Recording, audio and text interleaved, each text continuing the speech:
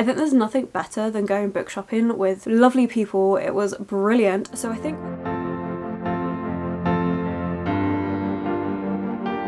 Hello my loves, and thank you for joining me. It's Kirsten and today we're doing a bit of a book haul video. A couple weekends ago I met up with a bunch of booktubers and we went out book shopping.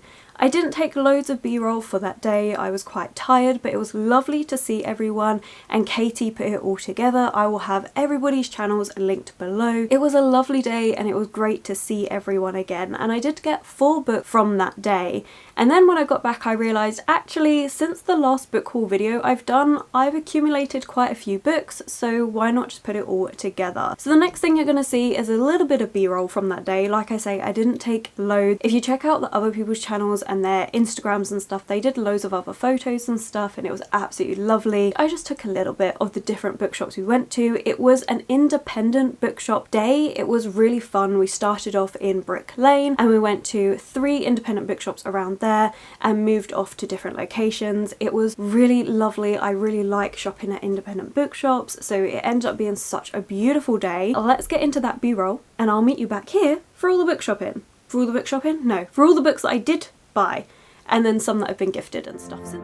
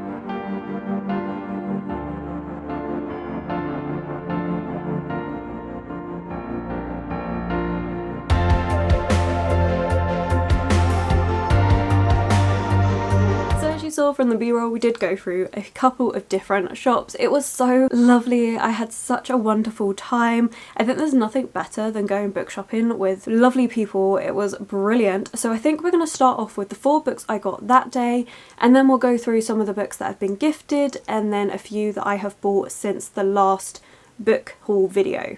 which seems like it wasn't that long ago, so it seems like this is a lot of books to accumulate in a short period of time, but this has actually been since the middle of January. So as I said, on that book shopping day, I did pick up 4 books. The first one I got is Angela Carter's The Bloody Chamber. This is a short story collection of different fairy tales, but with Angela Carter's twist. I haven't read anything about Angela Carter, I don't think, but I'm really intrigued and I've been wanting to try this one for absolutely ages because I love fairy tale and folklore inspired stories, so I'm really intrigued to see how this one is going to be. I have heard that Angela Carter's writing is a little bit weird. This is meant to be quite dark, so we'll see how I get on with it. There are 10 short stories in here and they're based on things like Red Riding Hood, Bluebeard, Puss in Boots, and others with vampires and werewolves thrown in for good measure. So I think it's going to be a really good one, and I'm hoping to actually read this soon. So yeah, this is going to be good. I'm looking forward to it.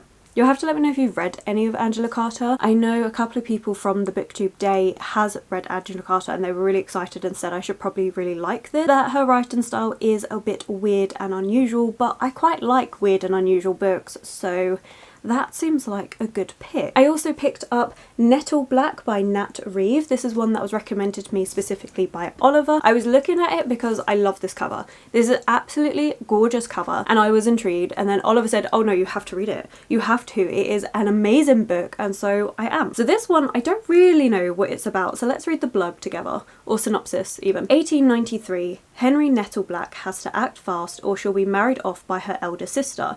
But leaving the safety of her wealthy life isn't as simple as she thought. Ambushed, robbed, and then saved by a mysterious organisation, part detective agency, part neighbourhood watch, a desperate Henry disguises herself and enlists. Sent out to investigate a string of crimes, she soon realises that she's living in a small rural town with surprisingly big problems. When the net starts to close around Henry and sinister forces threaten to expose her as the missing Nettle Black sister, the new people in her life seem to offer her a way out and a way forward. Is the world she's lost in also a place she can find herself? Told through journal entries and letters, Nettle Black is a submersive and playful ride through the perils and joys of finding your place in the world, challenging myths about queerness, particularly transness, as a modern phenomenon, while exploring the practicalities of articulating queer perspectives for when you're struggling for words. It sounds really good. I think with this sort of setting, this is definitely going to be a book that I really like. I've just got to remember to not put it off. Historical fiction based books, I tend to love historical settings. I adore them, but I also tend to put them off for absolutely ages, so I've got to stop doing that. So hold me accountable to make sure I read this soon rather than later. But I think this is going to be gorgeous and I love this cover. I think it's going to be a fantastic read. I love the idea of it being written in journal entries and letters. I love that as a format. The only thing is this is rather small writing, so it's going to be a bit more of a denser read, but I think it will be worth it. I think it's going to be absolutely stunning. So yeah, thank you to Oliver for recommending this one, and hopefully I get to it soon. I think I would like to read it in summer. I think this would be a really nice summer book. I then also picked up Bright Young Women by Jessica Knoll. This is going to be a really hard-hitting read. So from what I know about this is based on the Ted Bundy case. It's a play on the words because Ted Bundy was referred to as a bright young man in court, and it's like, excuse me, after everything that man did, that's how you want to comment on him? And so the author has taken that sentence, changed it to women, and actually having the focus be on the women, because it's so often that serial killers are romanticized and painted in this way and the women get forgotten about. So I'm really intrigued to give this one a try. I've heard nothing but really good reviews. It says here on the back, it's January 1978. Sorority president Pamela is startled awake at 3 a.m. and is shocked to encounter a sea of implausible violence, 2 of her friends dead and 2 others maimed. Thrust into a terrifying mystery, Pamela becomes entangled in a crime that will captivate public interest for more than 4 decades. In Seattle, Tina thinks she has finally found peace after years of hardship when Ruth, her best friend, suddenly goes missing from Lake Samahash? Oh, I have no idea how to say that, I'm sorry. But a state park on a beautiful summer's day. Now Tina has devoted herself to finding out what happened to her. When she hears about the tragedy that's been going on, she knows it's the man the papers refer to as the all-American sex killer. Determined to make him answer for what he did to Ruth, she travels to Florida on a collision course with Pamela and one last impending tragedy. It sounds like it's going to be a really tough read, but I think it's also going to be really impactful, and I love this cover. It is so striking, and like I say, I've heard nothing but good things, but I think I'm gonna have to make sure I'm in a good mind space to read this, like, because it's going to be darker. I don't normally struggle with those things, but I think because this is more about what's actually happened, it is looking back on our history and showing us what happened. And then the final book I got from that day out was The Walnut Tree by Katie Morgan. This is a non-fiction book, and this is Women, Violence and the Law, A Hidden History. I'm actually going to be budgie reading this with a few of us, because a couple of us picked up this book actually. Myself and Robin picked it up. I know Alice is meant to be getting it from the library, I think, and then we've also got Charlie and a few others that we're all going to be budgie reading it. I don't know when, but I'm looking forward to this. This one I picked up because I'm intrigued. I want to do some more non-fiction reading this year, and I really want to look into past history, how women were treated, and also books on like witch trials and stuff, but I feel like this is a good place to go and just what the laws were like. So this one is A Woman, a Dog and a Walnut Tree. The more they are beaten, the better they'll be. So went the proverb quoted by a prominent MP in the House of Commons in 1853. His words, intended ironically in a debate about the rise in attacks on women, summed up the prevailing attitude of the day, in which violence against women was waved away as part and parcel of modern life, and revealed a seam of misogyny that had polluted both Parliament and the law. But were those things about to change? So Kate Morgan is exploring all these different cases and things of the law, and I think it's going to be stunning. I was actually stuck between this one and another one, which was Blue Stockings, the first women's movement, and again it was kind of around the same time period. I was really tempted to buy both, but I also know that reading non-fiction takes me absolutely ages. So I wanted to do this one first because they were talking about doing a buddy read with it all, so I feel like that would be really good. And then I can look into Blue Stockings, which focuses on 4 women and the first time of like doing a woman's movement. So I feel like it would be good to read this one first and then read Blue Stockings. That's my idea. And then I want to get a couple of books on witches and looking into how women were treated back then as being prosecuted for being witches. So that's my non-fiction reading. If you have any recommendations, let me know below, because I'm really intrigued to pick up more. I'm really looking forward to this. I'm really looking forward to a buddy read. I think a buddy read for non-fiction is the perfect way, because otherwise I find that I tend to put them off, or I tend to tackle them really slowly. So I feel like a buddy read and being able to discuss it with people will be perfect. So yeah, those are the 4 books that I got during that day out, and thank you so much to Katie for organising it all. It was such a beautiful day. But now let's get on to the rest of the books. I'm going to start off with the ones that were gifted, and then we'll get into a couple that I have bought. So 2 books that were gifted to me by Jane. I have Agatha Christie's Midsummer Mysteries and Autumn Chills short story collections by Agatha Christie. We have different short stories from Miss Marple, Hercule Poirot, Tommy and Tuppence. I'm really intrigued to read these ones. I have the spring one, which I read and really enjoyed, so now I've got these 2 to add to my collection, and I just think these hardbacks are absolutely stunning. Like, they are gorgeous. So I'm really excited to read these, carry on with my Agatha Christie reading, and it's just, oh, they're so perfect. So thank you so much to Jane for gifting me these. I feel so lucky and thankful, and it's just, you really didn't have to, but I absolutely adore them. So yeah, it's going to be great to read these and continue on with my Agatha Christie journey. I definitely need to read some Agatha Christie soon. I've been a little bit behind this year in reading Agatha Christie. I read one in December and I haven't read any for 2024 so far, so I definitely need to get back on that, and these are gorgeous. I'm definitely going to be reading these in the autumns, in the seasons that they're set in. So yeah, it's going to be a fantastic time, a good cozy mystery to curl up with. We then have 2 books that my mum gifted to me. So the first one is You Let Me In by Camilla Bruce, and this one I read for Romanticising My Life Day, which came out on Valentine's Day. I had such a good time reading this. This is a really dark book. It follows Cassandra,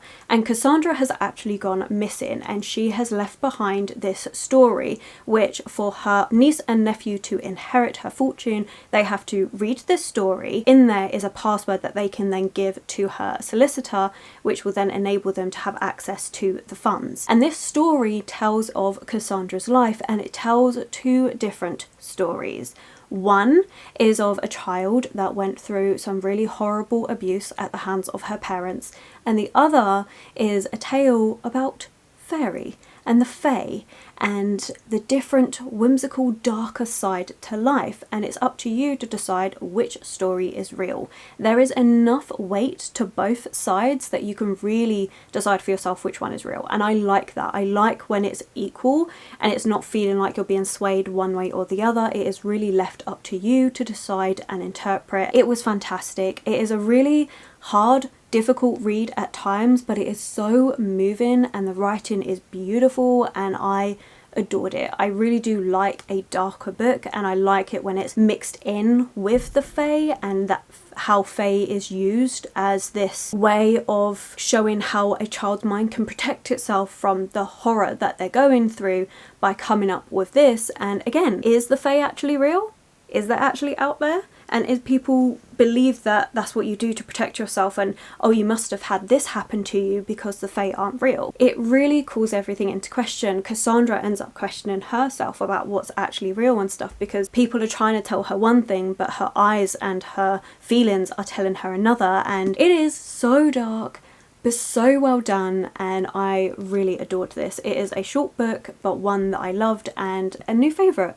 I think it's going to be hard to top this as to be one of the top books of 2024, so yeah, it was great. And then one also gifted me Into the Drowning Deep by Mira Grant. This is a book I read last year and it was on the top books of 2023. I adored this. This is an oceanic horror book. We're following a ship that is going out to the Marina Trench, and this is actually following a ship that went out to the Marina Trench, I think it was 7 years beforehand. Yeah, 7 years before. But that ship, everybody on that ship died and went missing, and nobody knows what's actually happened. And so now we're following a present day ship to find out what happened. It is really, really good. I absolutely loved this. This is the book that opened up the horror genre to me. So before this, I always liked gothic books, but I'd never really dabbled in horror, and this opened up that to me and made me realise there are some horror books out there that I am really going to love. This was fantastic. I really wanted to get a physical copy so I could reread it and annotate it. I was struggling to find it though. Nowhere really sold this in any bookshop, so my mum managed to get hold of a copy, so that was amazing. So yeah, I loved this. I read it as a Kindle book last year and I haven't stopped thinking about it, so I'm really looking forward to doing a reread, hopefully this year, but we'll see, but definitely soon. I would like to get to this soon. If it's not this year, then definitely at the start of next year, but this was just fantastic, and I love Mira Grant as an author anyway. This is a pseudonym, is it? Pen name, that's what I'm thinking of. Pen name for Shauna Maguire as well. So same person that wrote the Wayward Children series, which is a series I absolutely adore, also wrote this.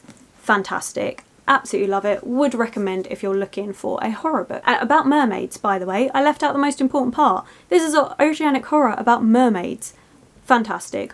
Really recommend. And then the last two books on the gift pile were actually a gift card that I then used to pick up both of these books, and I have attempted to read both of these books. So I've read and finished Suzumi by Makoto Shinkai.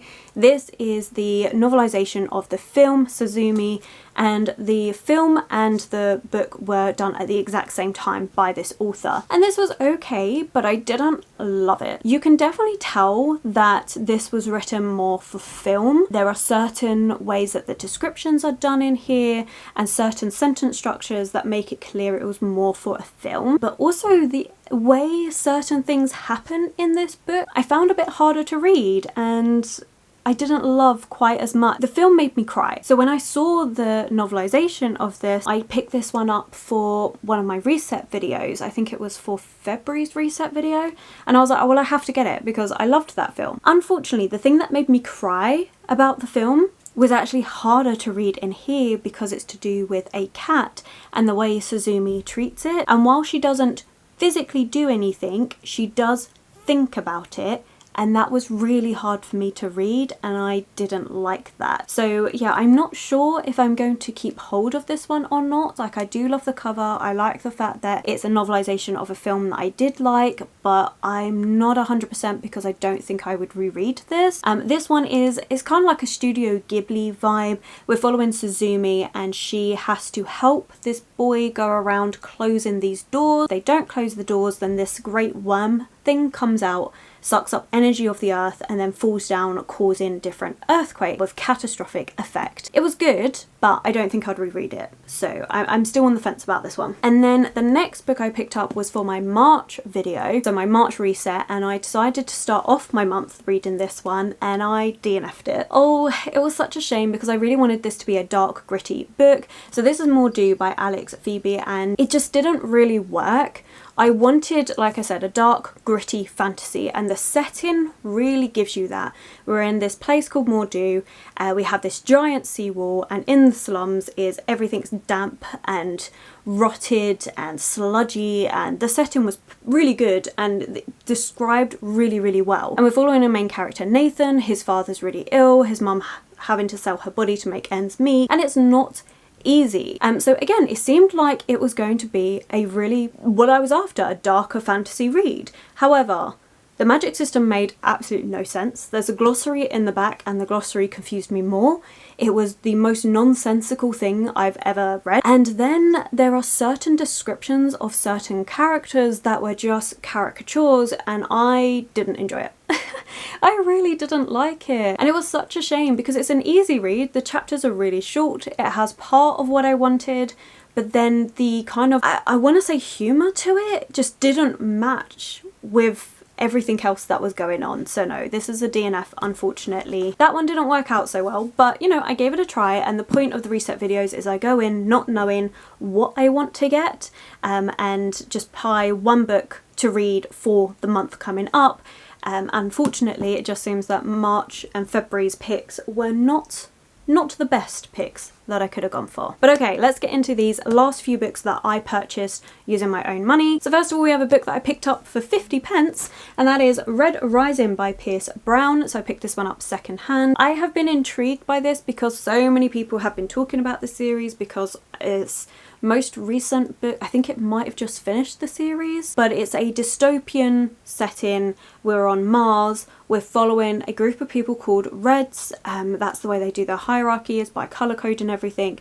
And Reds are seen as the lowest of the low, and they have to mine to make Mars habitable for human population because Earth is dying. However, it turns out that Mars has been habitable for many, many years, and the hierarchies have just been using these Reds for monetary gain, and an uprising is going to be at the forefront. Quite a few people have loved this. Even Christina really likes this book, so I do want to give it a try. It's not high up on my priority list because I've got quite a few other series that I'm in the middle of that I would like to complete before I pick this one up, because this one is a 7-book long series. The first, it's a trilogy, and then it continues into a quartet, so overall it's a 7-book long series. It is one I want to read, but it wasn't one I was in a rush to read. I only picked it up because it was 50p in a charity shop. Oh, another book I actually got for free is Lord of the Rings, The Two Towers by J.R.R. Tolkien. This is another thrifted book. It was in a free library, and I have read The Hobbit and The Fellowship of the Ring. I forgot the title. I don't know why I forgot the title, but I read those two, and I would like to continue on and finish out with The Two Towers and then eventually get on to the last one. I loved the films growing up. My dad would take me to the cinema to watch the films. I think they're amazing, but I have never read Lord of the Rings. Like, I haven't done it. I listened to the audiobook of the first one, The Fellowship of the Ring, and that's definitely how I want to do this second one, but I do want to read this one this year. I actually have a day planned of going out to this place in England, and I want to read this but also have the audiobook alongside. I think it's going to be really good. I don't know when that's going to happen. I would really like to do that, so I was really pleased to find this one. It is a different edition to the Fellowship of the Ring that I've got, so I need to make sure that they continue on from one another. Okay, they should, but because technically the Lord of the Rings, it has been split into 3 books, but it was actually intended to be one big book, so I just need to make sure it follows on okay. But this one, I mean, if you don't know what this is about, it is classic fantasy. It is like the Godfather of fantasy almost, or at least that's kind of how it's seen. We have a group of hobbits who are setting out to destroy this ring. that is incredibly evil, and you have dwarves and elves, you've got orcs and wizards and everything in this. It is really good, it's classical. The only thing is J.R.R. Tolkien is incredibly wordy. It is a little bit hard to get through at times with some of his descriptions. I know in this book there are descriptions about trees that go on for a couple of pages long. I do tend to like descriptions about nature, so we'll see how I get on with it, but I do really want to read it. The next three I picked up is manga, and this was from Forbidden Planet because they do their 3 for 2. So I picked up Tokyo Ghoul Volume 14 to finish out the series. I have spoken about this one quite a bit, especially because I thought I'd finished the series. I hadn't finished the series. It was 14, not 13. But anyway, this is a series that I do like. It is about ghouls in Tokyo. Ghouls are humans that need human flesh to survive, or at least they look like humans, but they need human flesh to survive, but they also have these extra abilities, and there's like different fights and stuff going on. You have a government part that's dedicated to hunting down ghouls, and yeah, there's a lot going on, but I quite like it. And then we have volume 3 and 6 of Moriarty the Patriot. So I needed these to be able to continue on with Moriarty the Patriot. However, I'm actually missing volume 5, and I have been looking and I still can't find a copy. But Moriarty the Patriot is a manga that looks at Moriarty, Sherlock Holmes' nemesis, and how he became Sherlock Holmes' nemesis. And I really like it, I really enjoy it. I read the first 2 volumes, I really want to continue. Like, this is one that I would like to continue next after finishing Tokyo Ghoul, but finding the odd volumes are getting really hard, so I need 5 and 7, and I haven't found them, like the shops that I go to, so like Forbidden Planet, things like that. I haven't found them, so I'm thinking I might just have to start ordering these online, but I'm going to wait until I've read 3 and 4, and then I'm going to start ordering in all the odd ones that I'm missing, because I really like this series. Like, I love Sherlock Holmes, I love murder mysteries. Sherlock Holmes is a classic mystery, and I adore Sherlock Holmes as a character. I adore adaptations of Sherlock Holmes when books have done their own retellings of Sherlock Holmes that have used him in a character within different world, like different stories and things. Like, I love it. And so this manga feels like it's perfect for me because it's looking at Moriarty, who you don't actually get to know that much from the original Sherlock Holmes book. So it's been really fun to learn more about him and to see how he's been adapted, and to see someone else's take on this villainous character. And actually, is he really a villain? Because these manga series makes it out like actually he is, but for a good reason. And I like it, it's good. I really enjoy it, so would recommend. I was going to say, well, I recommend all of these books, but actually I wouldn't. There are 2 books out of this that I really wouldn't recommend. Yeah, anyway, I've got 2 more books and then we're done. So these 2 are new releases. So we have House of Flame and Shadow by Sarah J Maas. This is the 3rd book in the Crescent City series. I really enjoyed this one. So I went to a midnight book release for this book and I had great fun. I also then read this book across 2 days. I binge read it so fast that I know I need to do a reread of this book. Now, I will be honest, this is not Sarah J Maas' strongest book by any means. However, I'm really biased when it comes to Sarah J Maas because I have that nostalgia for her. My teenage years were Sarah J Maas books, and like I was growing up with them as they were being published. So I can't help but enjoy these books and see them that, you know, they've got really good character work. Like, that's what Sarah J Maas is good for, is her characters. There is something about the way she writes them that really gets you to care about them, and I love it. I love it for that. So as much as this wasn't the strongest one, I still really enjoyed it. So yeah, this was good for me. But this series is a urban fantasy series, and in the first book we're following Bryce, and Bryce is roped into this murder investigation that's happening, and she has fallen angel Hunt to help her. In this world you have fae, you've got shifters, you've got angels, you've got vampires, you've got merfolk, you have got sprites, you've got so many different characters and creatures and stuff that it's unreal. I really liked it for that. I think the first book is one of Sarah J Maas' best books written. The next 2 unfortunately haven't held up to that. It's been a bit of a shame. I don't know whether like she felt the pressure of like having deadlines and stuff. Like, I'm not 100%, but the first book is amazing. It was so good. It's just these next few haven't held up quite as good, but I still do enjoy them. I will still continue to read her books because I really like them. And then the final one is Sunbringer by Hannah Kenner, and this one has some gorgeous stenciled edges. I love these, and I think the end pages are even more stunning. Like, look how gorgeous that is.